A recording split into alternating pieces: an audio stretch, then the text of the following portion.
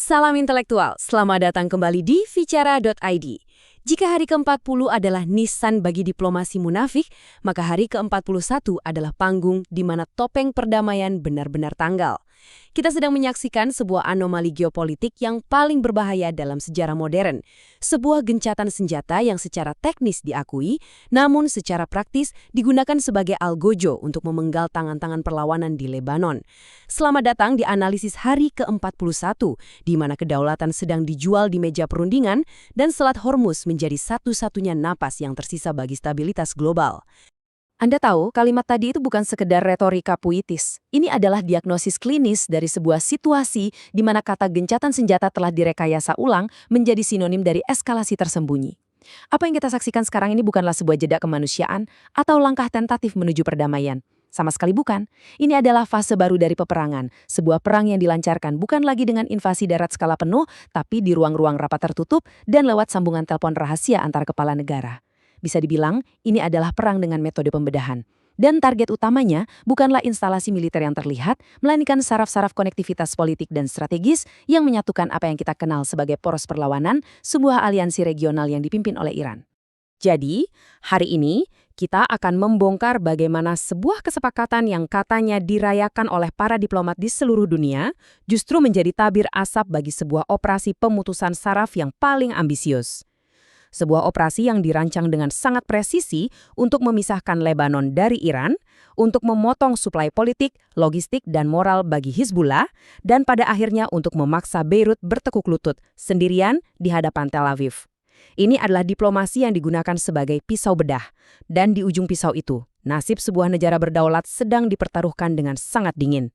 Mari kita selami lebih dalam anatomi dari pengkhianatan ini. Oke. Untuk benar-benar paham betapa berbahayanya permainan yang sedang berlangsung, kita harus melihat sebuah kontras yang paling brutal dan paling kasat mata.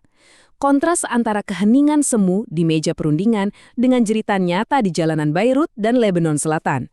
Ilusi perdamaian ini ternyata dibangun di atas fondasi yang sangat rapuh, dan fondasi itu retak bahkan hancur berkeping-keping sebelum tintanya benar-benar kering. 254. Ini bukan sekedar angka dalam laporan statistik. Ini adalah jumlah nyawa manusia yang hilang di Lebanon dalam satu hari serangan udara Israel yang tak henti-hentinya, tepat pada saat dunia diberitahu bahwa senjata telah diam.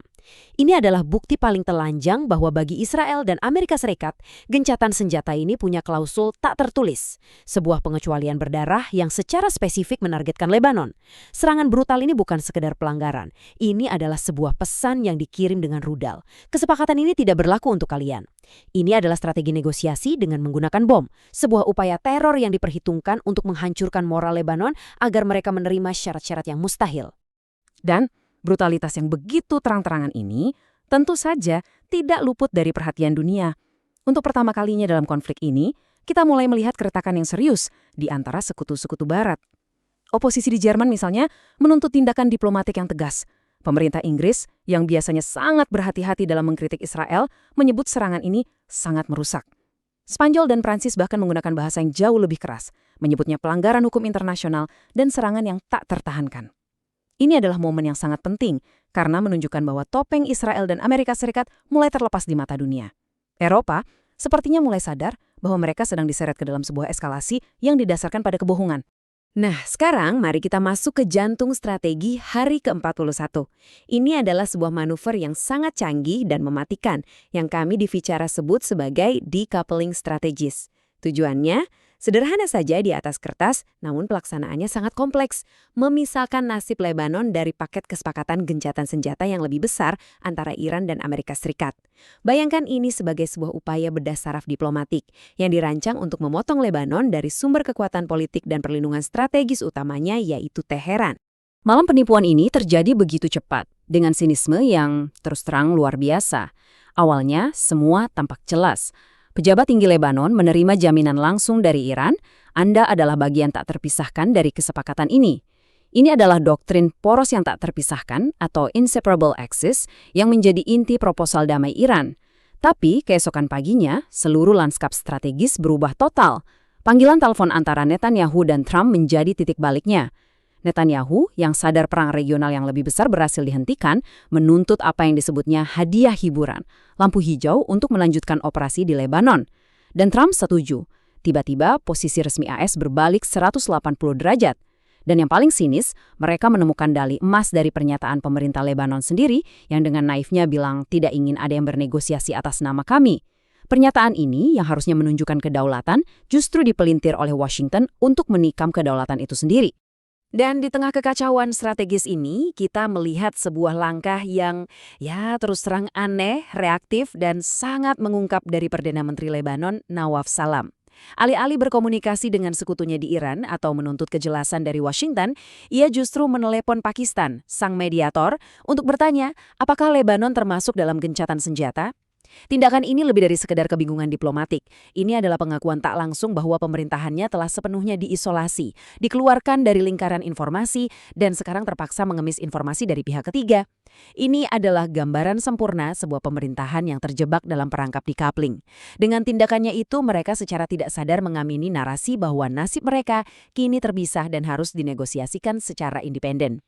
Tapi, sementara Israel memproyeksikan citra kekuatan absolut yang tak terkalahkan di langit Lebanon, ada narasi lain yang sama sekali berbeda yang tersembunyi di balik layar. Sebuah narasi tentang biaya internal dari perang ini, sebuah luka yang tidak terlihat oleh kamera drone atau satelit, tapi sangat nyata secara klinis dan psikologis.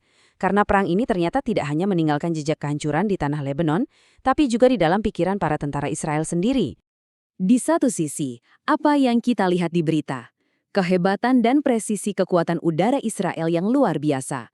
Tapi di sisi lain, investigasi mendalam dari media Israel sendiri, seperti surat kabar Haaretz, mengungkap sebuah realitas yang jauh lebih gelap. Sebuah krisis kesehatan mental dan fisik yang sedang menggerogoti pasukan mereka dari dalam. Ini adalah kontras yang tajam antara fasad kemenangan yang dipoles untuk publik dan kenyataan penderitaan manusia yang tersembunyi, antara keperkasaan mesin perang dan kerapuhan fundamental manusia yang mengoperasikannya. Coba kita cermati data yang diungkap oleh Haaretz ini, karena ini benar-benar mengejutkan. Lebih dari 400 tentara telah secara resmi didiagnosis dengan cedera otak traumatis atau TBI. Tapi angka resmi ini ternyata hanyalah puncak dari gunung es. Para ahli memperkirakan angka sebenarnya bisa mencapai 24.000 kasus yang tidak terdiagnosis. Ini adalah epidemi tersembunyi. Kehilangan ingatan, sakit kepala kronis, perubahan kepribadian, PTSD. Jadi, di balik setiap serangan udara yang mereka lancarkan, ada harga tersembunyi yang harus dibayar. Israel sedang mengalami pendarahan internal yang tak terlihat. Setiap hari perang ini berlanjut, mereka mungkin memenangkan wilayah, tapi mereka berisiko kehilangan satu generasi tentaranya karena luka yang tidak akan pernah bisa sembuh. Menghadapi pengkhianatan diplomatik ini, Iran tentu tidak tinggal diam. Mereka merespons bukan dengan retorika kosong, tapi dengan mengaktifkan kartu as strategis mereka, sebuah kartu yang punya kekuatan untuk mengguncang seluruh fondasi ekonomi global. Sekarang, kita beralih ke Selat Hormuz, titik nadi minyak dunia, yang dalam semalam telah diubah menjadi jaminan utama bagi kelangsungan hidup Lebanon. Penting untuk dipahami, apa yang Iran terapkan di Selat Hormuz ini bukanlah blokade tradisional yang kita kenal dari buku sejarah. Ini jauh lebih cerdik dan bernuansa, yang kita sebut sebagai blokade fungsional. Jadi, selatnya tidak ditutup sepenuhnya, itu akan jadi tindakan perang yang jelas. Kapal tanker masih bisa lewat, tapi sekarang ada aturan main baru. Setiap kapal kini tunduk pada izin, syarat, dan pengaruh politik dari Tehran. Iran secara de facto kini memegang tombol untuk mengatur volume aliran energi global. Dan mereka telah menegaskan tombol itu terhubung langsung dengan situasi keamanan di Lebanon. Di sini, kita melihat benturan dua realitas yang sama sekali tidak bisa didamaikan. Di satu sisi, Ketua Parlemen Iran, Muhammad Bagher Ghalibaf, menegaskan kembali doktrin inseparable axis. Lebanon adalah bagian tak terpisahkan dari kesepakatan. Jika satu bagian dilanggar, maka seluruh kesepakatan batal. Di sisi lain, CEO perusahaan minyak nasional UEA, ADNOC, menyuarakan kepanikan yang dirasakan dunia. Dia bilang, ini bukan lagi kebebasan navigasi, ini adalah pemaksaan. Dan dia sepenuhnya benar. Ini adalah diplomasi koersif yang paling murni.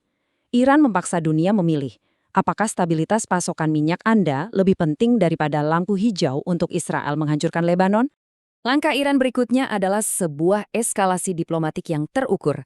Mereka secara resmi mengumumkan tidak akan mengirim tim negosiasi ke Islamabad. Pesannya, tegas dan tidak bisa disalahpahami. Tidak akan ada pembicaraan selama Beirut masih dibom. Ini adalah bentuk strategic defiance atau perlawanan strategis. Iran menolak bermain dalam permainan dua kaki yang dirancang Washington.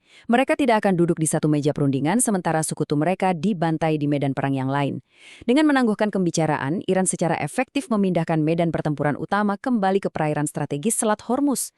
Semua peristiwa yang terjadi begitu cepat ini menimbulkan satu pertanyaan yang sangat mengerikan. Apakah gencatan senjata 2 minggu ini, dari awal, hanyalah sebuah tipu muslihat yang rumit? Sebuah jeda taktis yang dirancang bukan untuk damai, tapi justru untuk mempersiapkan babak perang yang jauh lebih besar? Analisis dari Intelijen Sumber Terbuka atau OSINT menunjukkan kemungkinan ini sangat-sangat nyata.